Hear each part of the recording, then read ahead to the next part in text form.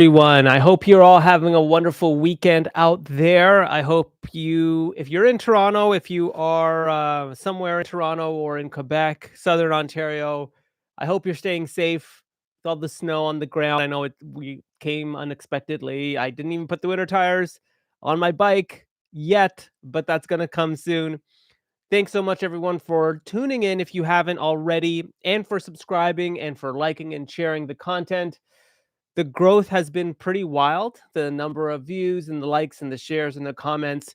So clearly, the content that I'm putting out is resonating with you. So, folks, before I get into this live, which I'm so excited to share with you, because a YouTube video was shared with me on how a very left-leaning, left-wing person looked at the temporary foreign worker issue here in Canada.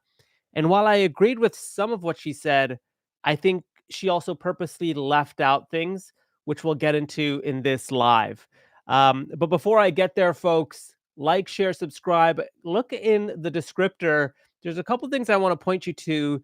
You probably have seen this on my recent videos where I did these massive deep dives on the World Economic Forum and its connection with Canada, and specifically our climate change. Well, I actually went ahead and created a totally free PDF, free FREE, free PDF outlining what the WEF has advocated for and what policies Canada has put in place, line by line, word for word. And it's going to really shock and surprise you if it hasn't already, because so many of you have talked to me about the World Economic Forum and its connections with Canada. This PDF, it's not long, really does show how what they advocated for is what Canada has put in place. And here's the kicker, folks. None of this was ever put in place. Like, no Canadian actually asked for any of this. So I definitely want you to check that out. So like, share, comment, subscribe, download that free PDF. It's in the show notes below. Also, there's my clarity method as well. It's pay what you want. It's totally like, I don't want to make this a big thing, but pay what you want. It's a 7-step method for navigating really messy topics. I've been there before. I've fallen flat on my face so many times. So I'm hoping that you can learn from my mistakes when navigating tough topics. So if you haven't already, hit that like button, subscribe, share. Okay, folks, that's enough self-promotion. Let's get into it. Now, I know that I've been covering the temporary foreign worker program for a very long time here on this channel and on my Instagram and on my podcast. But interestingly enough, I always thought that the left and the right would actually both see this as an issue that needs to be addressed. And I do think that both do see this as an issue. But I find that the left, the way in which they're coming about this is, and I say the left broadly, obviously, not everybody on the left thinks this, but they may be coming at this with the wrong framing. And a friend of mine forwarded me this video. I want to share it with you and then we'll discuss, because the way in which the situation is described is really interesting.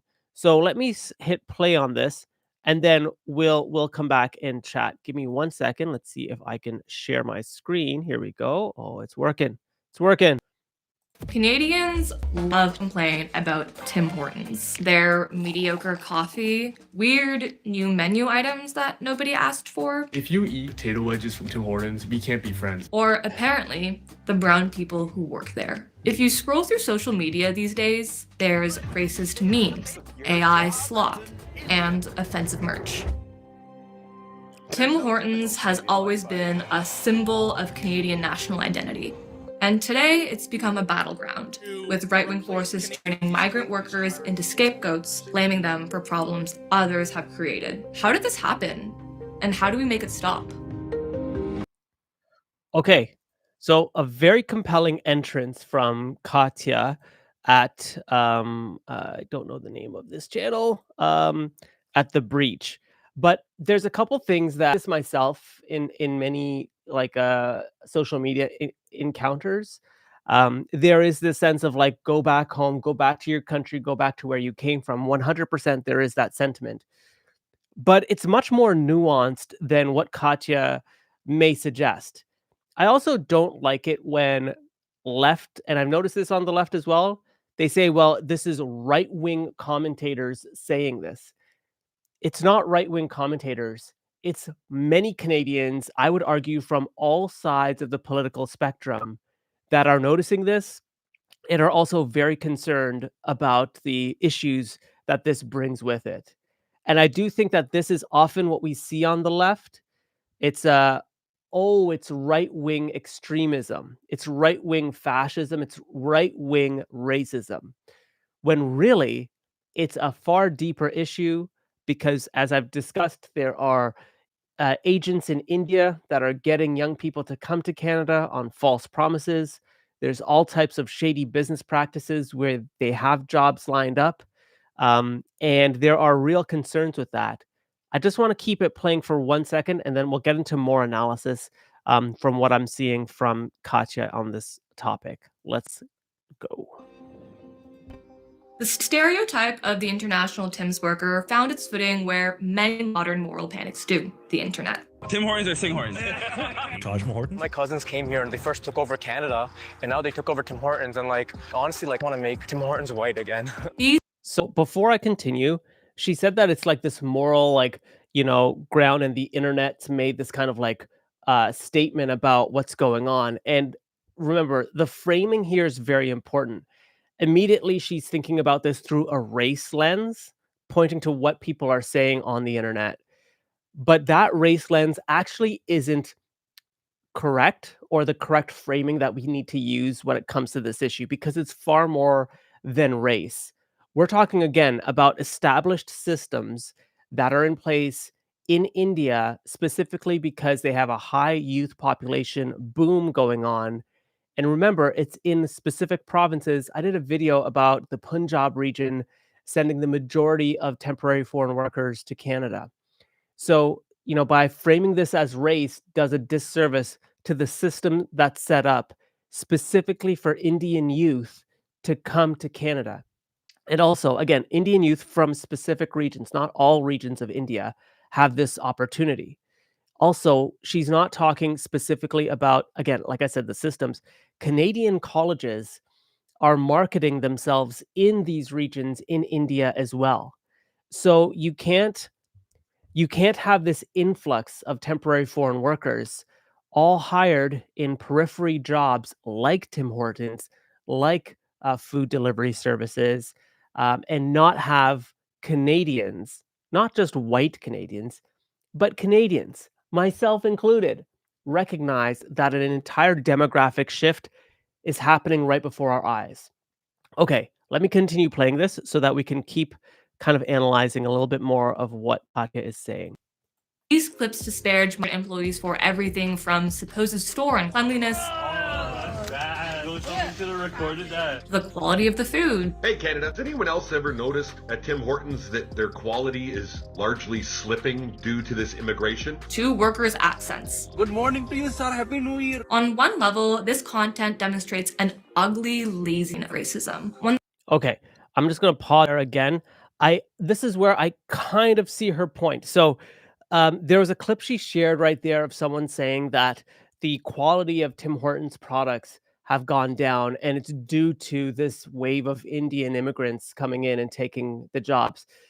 That's not the case. Tim Hortons' quality has been deteriorating well before this started.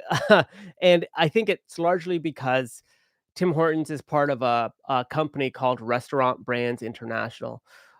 Restaurant Brands International was picked up by Bill Ackman's hedge fund. I can't remember when, but it was a few years back. You might have heard of this.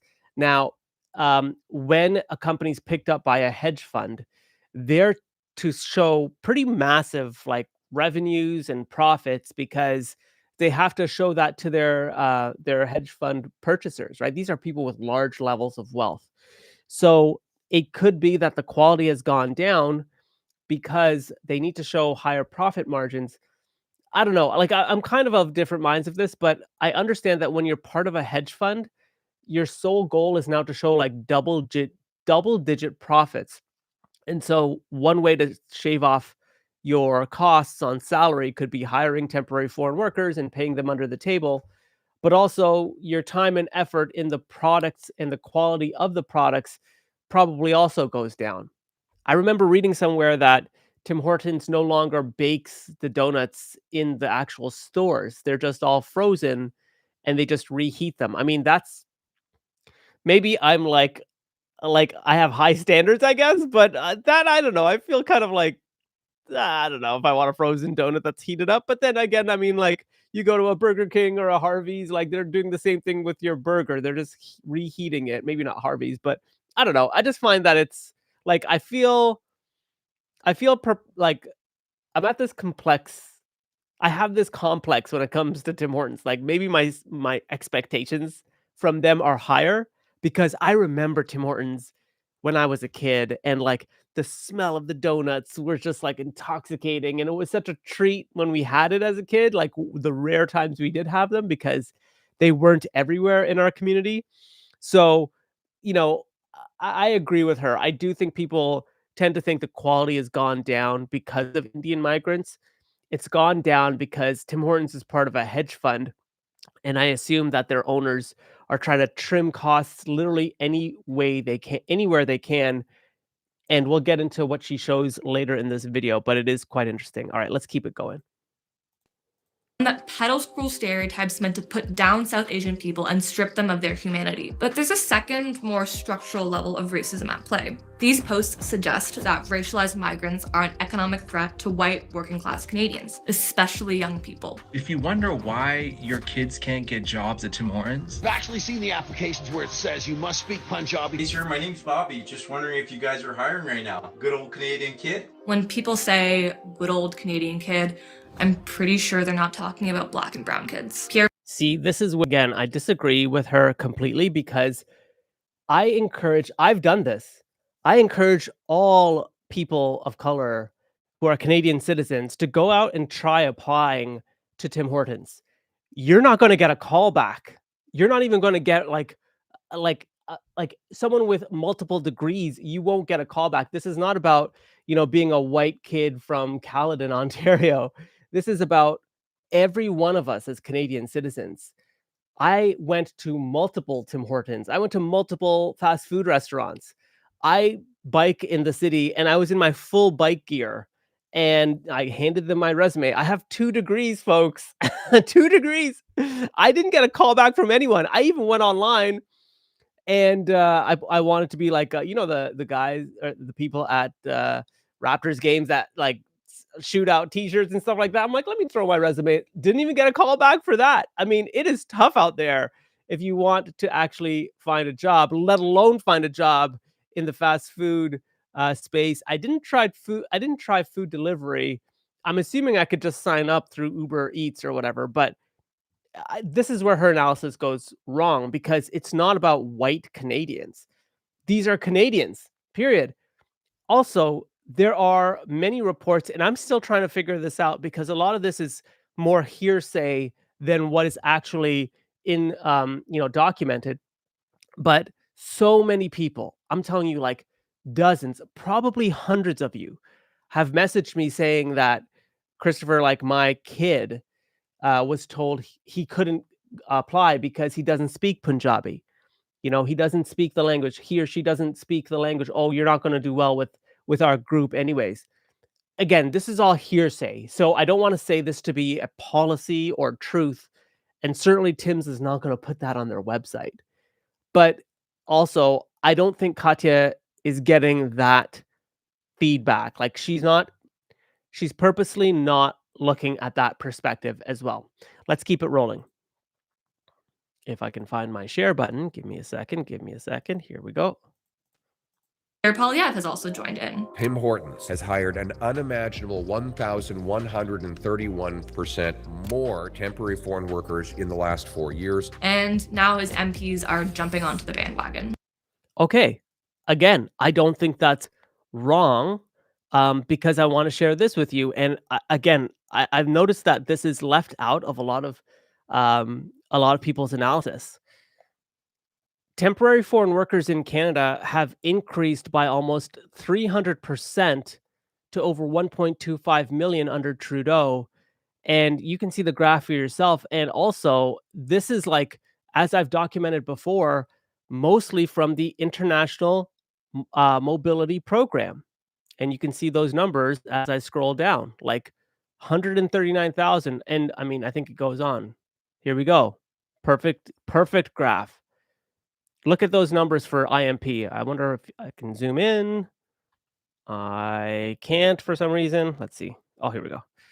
There you go. Like, look at those numbers. 2019, 453,000 compared to 73,000 from the temporary foreign worker program. I've documented all of this. In total, the IMP is, I think, over 3 million. By the way, the IMP does not have, you don't have to do a labor market impact assessment or anything like that. 500,000 temporary foreign workers were based in Ontario, 200,000 were in British Columbia. And remember, only 15% of workers in Canada were under the temporary foreign worker program. So again, I don't know why so many on the left ignore this research. It's not Pierre Poilievre being difficult, or trying to speak out of term.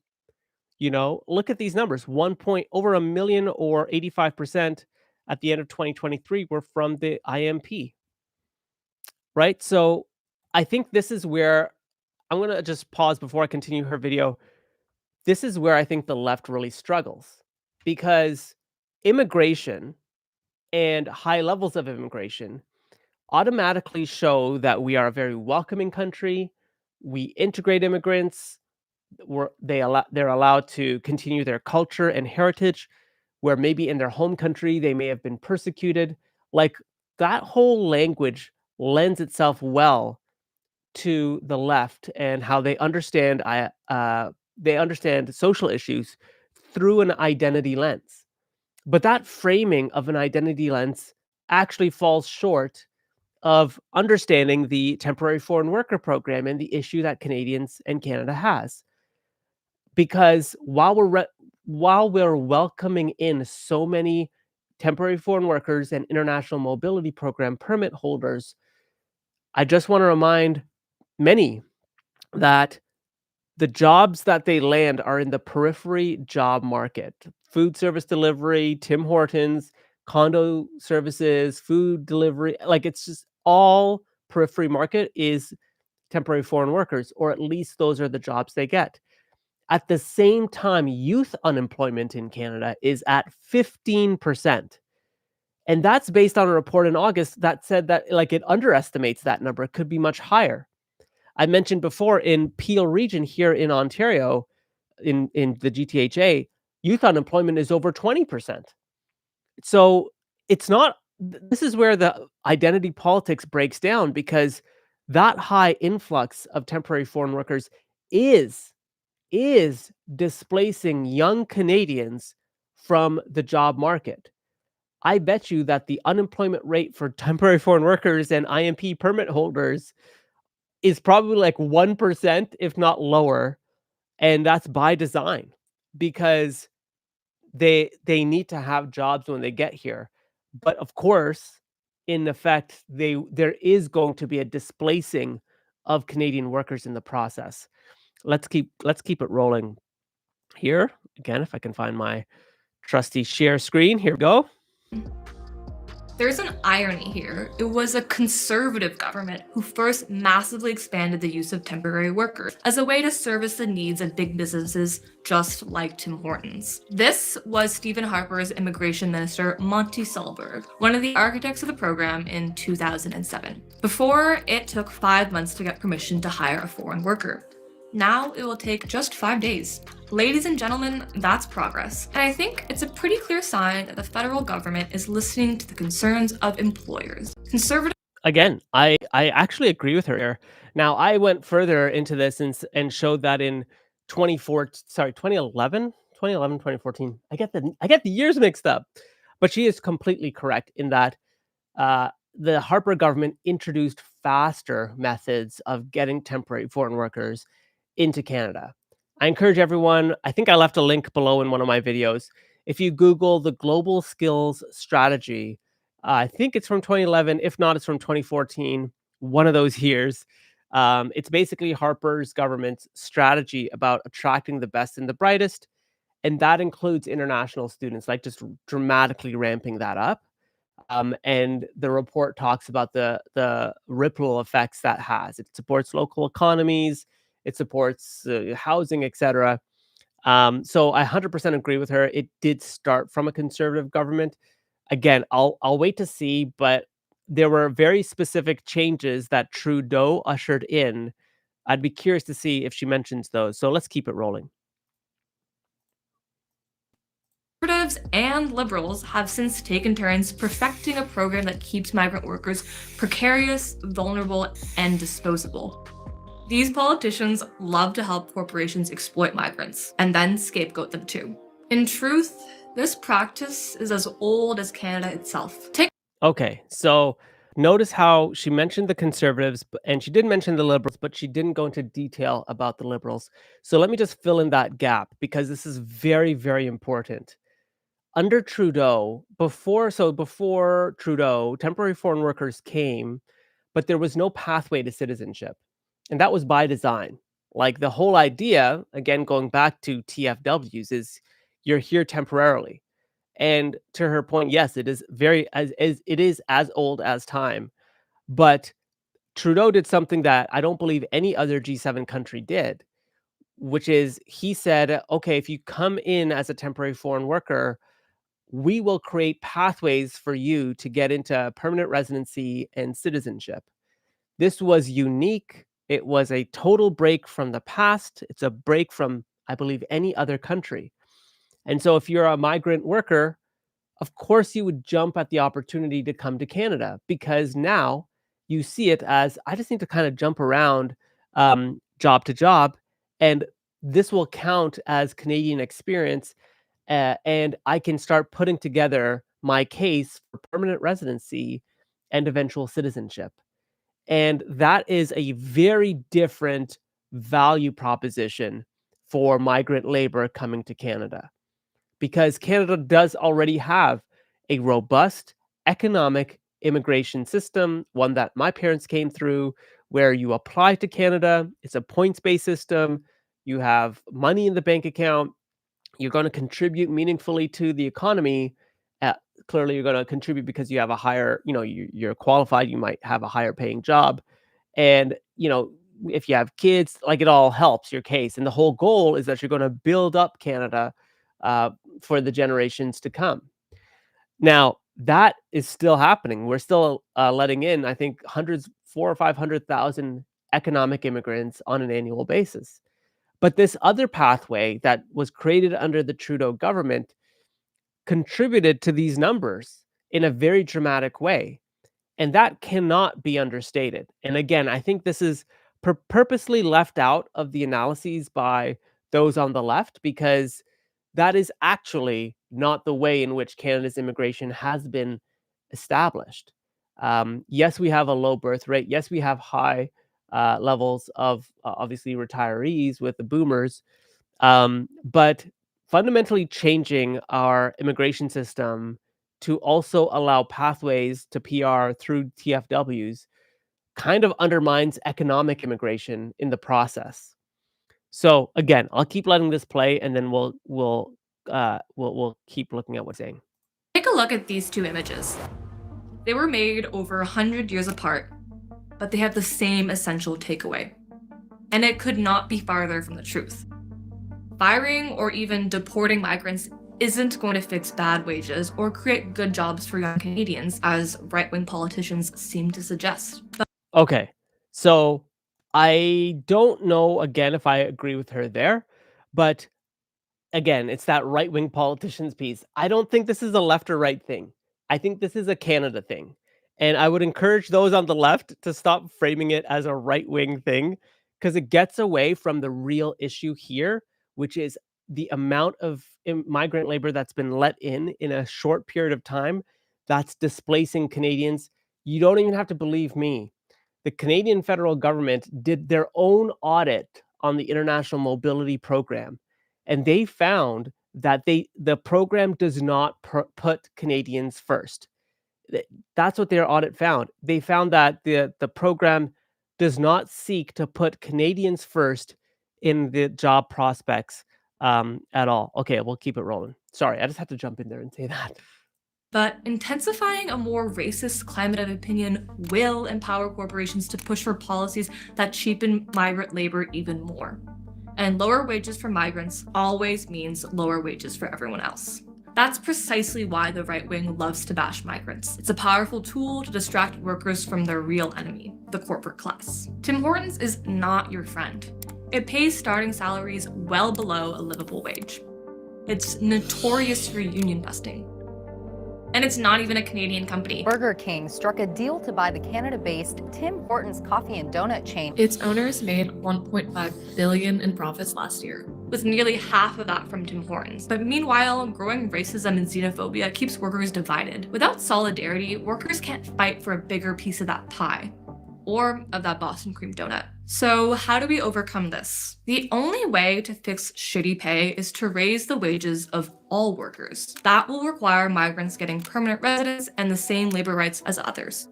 We'll need minimum wage hikes. And it's time to tax Tims and other corporate giants and use this revenue to fund guaranteed job programs. In recent memory, we've seen Canadians bring the right kind of energy to this issue. In 2018, Tim Hortons in Ontario tried to cut paid bathroom breaks and health and dental benefits after a small minimum wage hike. People were furious. Customers complained, protests popped up across the province, and Tim's eventually backed down. Imagine what would happen if we directed our anger to those who deserve it. The CEOs who pay us badly, and the politicians who enable them. Now, that's something truly worth complaining about. And I think it's funny.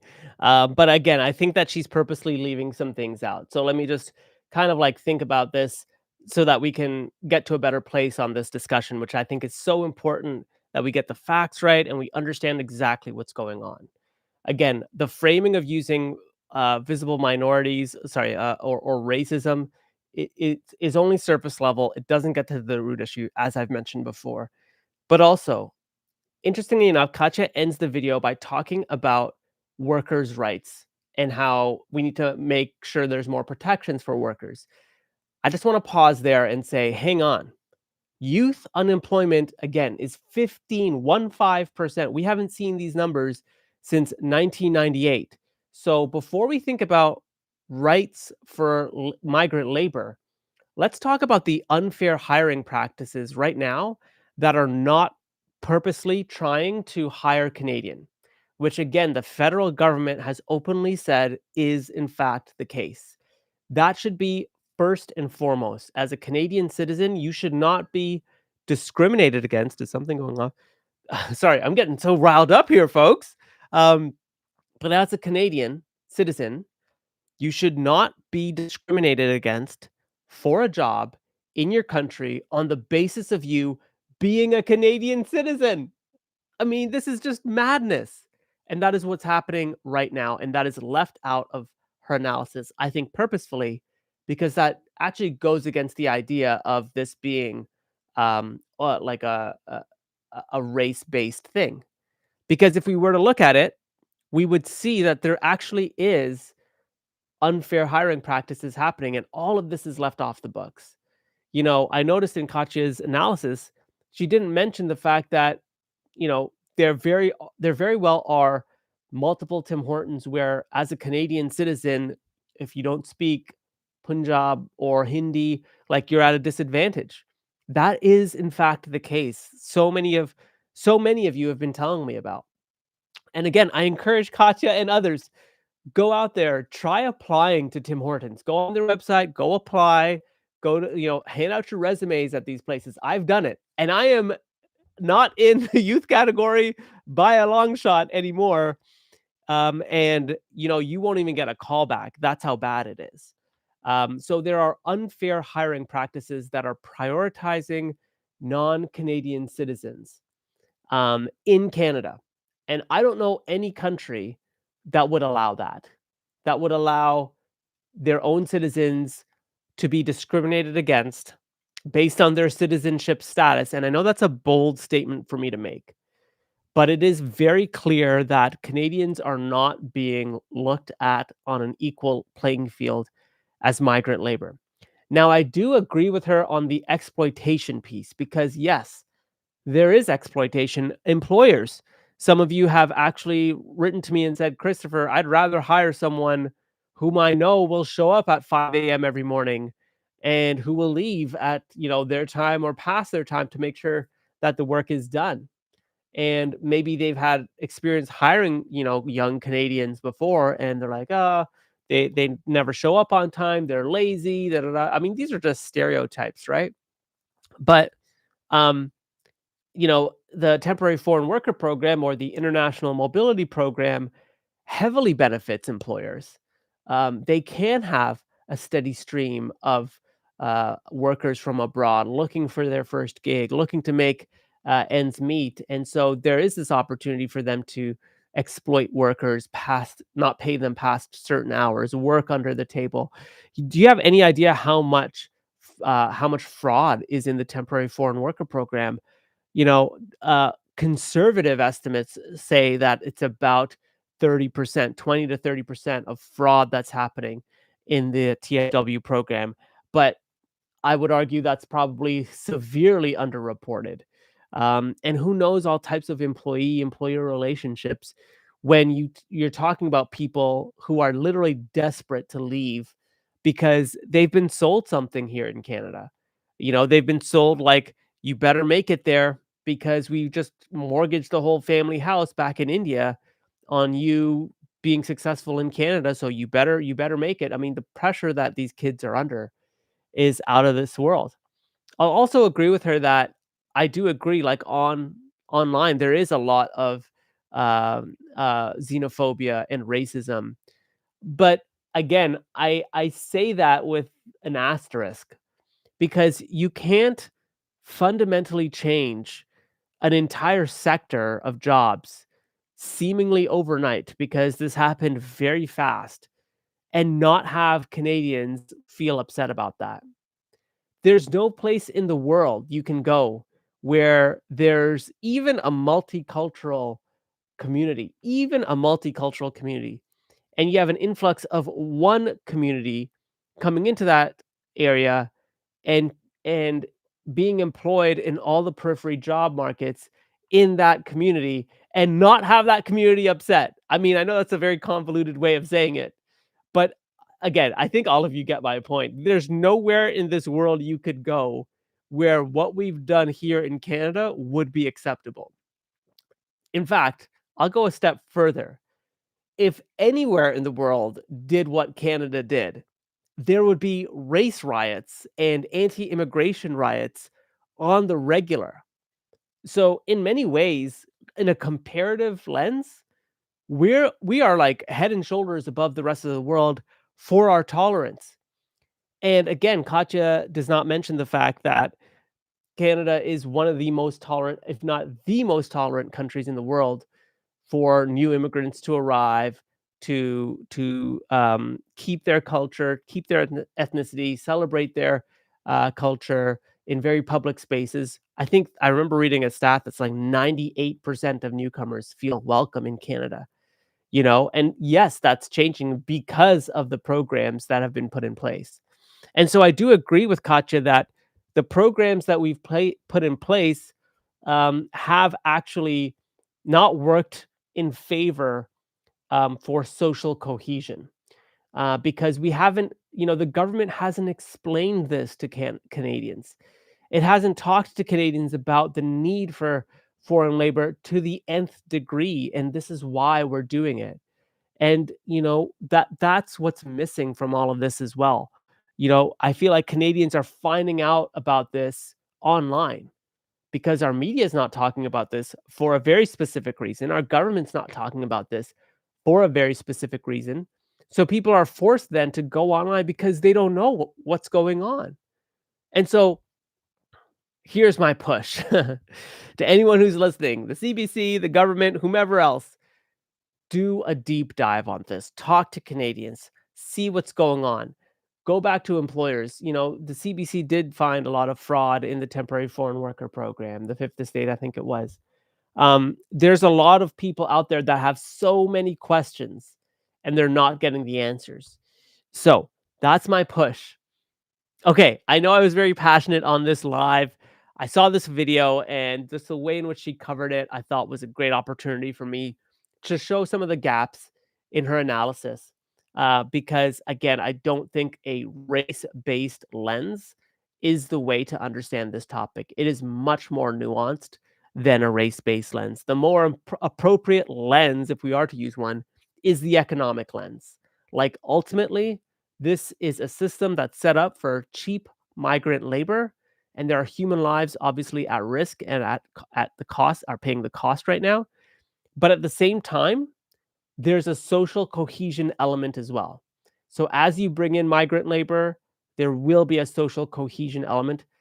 There won't be much social cohesion, and that will lead to frustration, anger, animosity, and again, like I said before, we have a robust economic immigration stream with people who are willing to come to Canada, continue their employment, build up this country, socially adapt, integrate, assimilate even. And then I find with temporary foreign workers, and it's not all of them, obviously, but for the many that I interact with in the city, I don't find that willingness to fully integrate into Canada. Instead, Canada's looked at as a vehicle for them to continue their employment, not necessarily to establish roots here and build for the future. Okay, this is more of a rant than a live, but I really hope you enjoyed this. Leave a comment below, like, share, subscribe, tell everyone you know. Folks, I can't thank you enough for your likes, your views, your comments. Everything's trending on the upward direction, meaning that this is the place online where you're coming for this information, and I'm going to continue to serve you. So stay tuned. There's a lot of really cool content I have coming up. Some really interesting stuff. Tell me what you want to see in future videos. I think you said you want to see like housing and more on immigration and more on climate change, things like that. But let me know in the comments below what you want to see more of. I'm here to serve you because nobody else is. Thanks, everyone. Like, share, subscribe. Check out the free PDF in the description below, and I'll catch you in the next one.